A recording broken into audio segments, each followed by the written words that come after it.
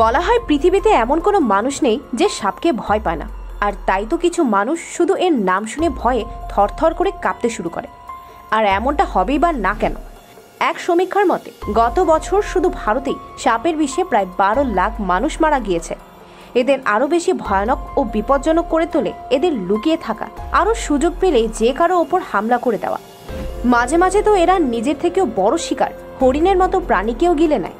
যদি আপনার আমার এই কথাগুলো বিশ্বাস না হয়ে থাকে তাহলে এই ভিডিওটি শেষ পর্যন্ত দেখুন, কারণ আজকের এই সিরিজে আমি আপনাদের জন্য এমন কিছু ঘটনা নিয়ে এসেছি যেগুলোতে সাপের পেট থেকে এমন সব জিনিস বের হয়েছে যা দেখে বিজ্ঞানীরাও চিন্তায় পড়ে গিয়েছে। তো চলুন আর দেরি না করে ভিডিওটি শুরু করা যাক।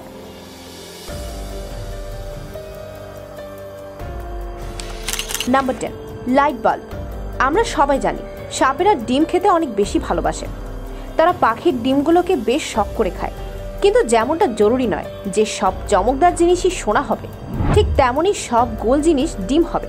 আর এই সাপটির সাথে ঠিক এমনটাই হয়েছে। সে ডিম ভেবে একটি নয় বরং 2টি লাইট বাল্ব খেয়ে ফেলেছিল। এরপর ফ্লোরিডার এক দম্পতি দেখল তাদের বাগানে একটি সাপ বেহুশ হয়ে পড়ে আছে আর তার পেট ফোলা। তারা এই সাপের এমন অবস্থা দেখে তাকে ডাক্তারের কাছে নিয়ে যায়।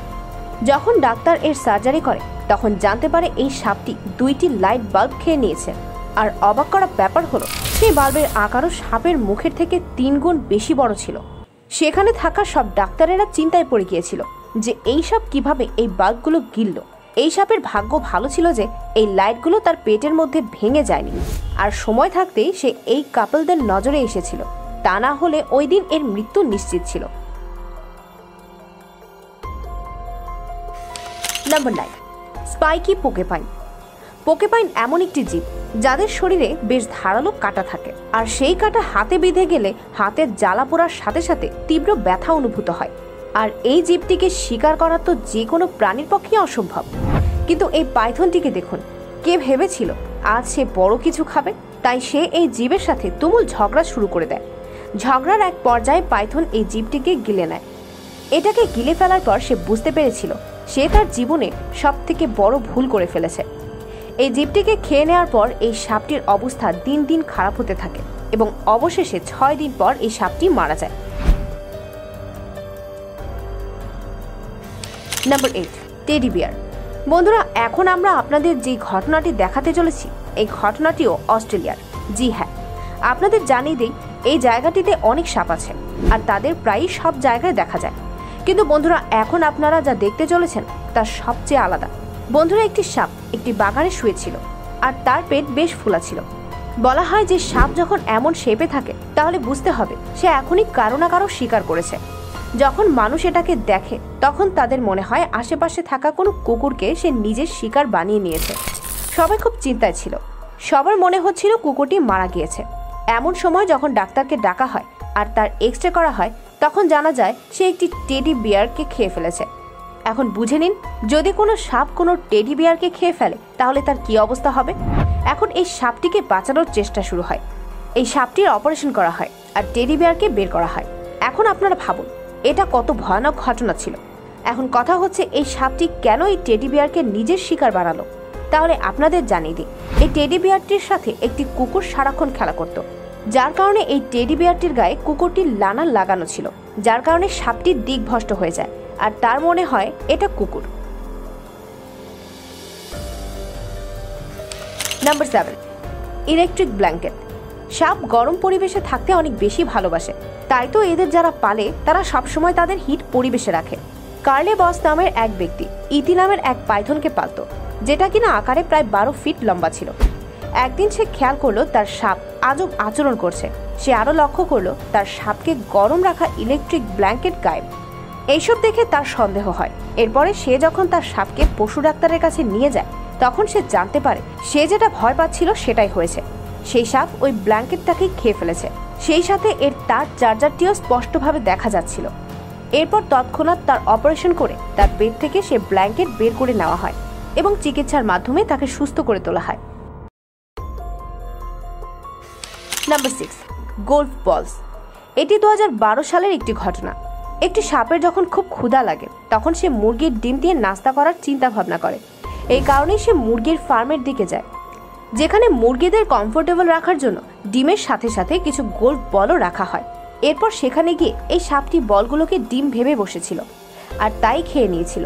এরপর একটি সার্জন সাপের 10টি অপারেশন করে এই সাপের পেট থেকে সেগুলো বের করে। Number 5, barbecue Tom's. এই ঘটনাটি অস্ট্রেলিয়ার। এখানে এক ব্যক্তির নতুন শখ জাগে সাপ পালার। এরপর তো সে সাপ পেলে নেয়, কিন্তু সে এমন একটা ভুল করে বসে যার কারণে তার সাপ মৃত্যুর মুখে চলে যায়। যেমনটা আমরা সবাই জানি, সাপকে খাবার খাওয়ানোর জন্য বারবিকিউ টমসের ব্যবহার করা হয়। এই ব্যক্তিও তাই করেছিল, কিন্তু সে ভুল করে সাপকে খাবার খাওয়ানোর পরে সেই টমস খাঁচার মধ্যে ফেলে এসেছিল। এরপর তার সাপ ওই বারবিকিউ টমস স্টিকটিকে খেয়ে নেয়। এই অ্যাক্সিলিটি দেখলেই বোঝা যাচ্ছে সাপটি কতটা ব্যথা অনুভব করছে। এরপর অনেক কষ্টে অপারেশনের মাধ্যমে এই সাপের পেট থেকে এই টমস স্টিক বের করে নেওয়া হয় আর চিকিৎসার মাধ্যমে এই সাপটিকে সুস্থ করে তোলা হয়। Number 4, beach towel. এই ঘটনার নায়কও হচ্ছে একটি পালিত সাপ, যে কিনা একটি টাওয়ালই খেয়ে নিয়েছিল। এই সাপের মালিক যখন বাগানে বসে সূর্যের তাপ উপভোগ করছিল, তখন সে দেখলো তার সাপ মন্টি কেমন যেন করছে। তার নড়াচড়া করতে সমস্যা হচ্ছে, এমনকি এক রাতের মধ্যেই তার আকার বেশ বড় হয়ে গিয়েছে। আর তার মালিক আরও লক্ষ্য করলো সে তার টাওয়াল কোথাও খুঁজে পাচ্ছে না। মন্টি প্রায় 16 বছর ধরে তাদের পরিবারের একটি অংশ হয়েছিল, তাই তারা সকলেই তাকে অনেক বেশি ভালোবাসত। তাই তার মালিক একটুও দেরি না করে তাকে তৎক্ষণাৎ ডাক্তারের কাছে নিয়ে যায়। এরপর ডাক্তার যখন তার মুখে পাইপ ঢুকায়, তখন বুঝতে পারে সে টাওয়ালকে গিলে ফেলেছে। এরপর ডাক্তার খুব সাবধানতার সাথে অপারেশন ছাড়াই এই সাপের মুখ থেকে সেই টাওয়াল বের করে নেয়। এরপর চিকিৎসার মাধ্যমে তাকে আস্তে আস্তে সুস্থ করে তোলা হয়। Number 3, girl inside Python.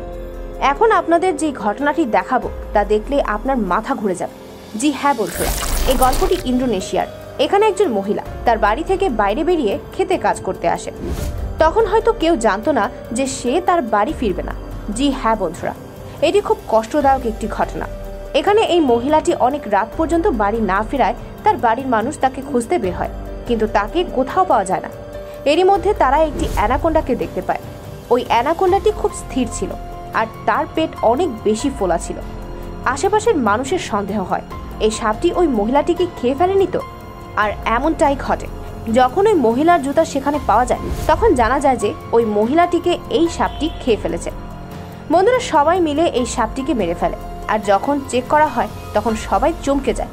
এই সাপটির পেট থেকে ওই মহিলাটি বের হয়, যাকে পাওয়া যাচ্ছিল না। এখন বুঝুন এটা কত বড় ঘটনা ছিল। এই ঘটনার পর থেকেই যে কেউ একা খেতে যেতে ভয় পেত।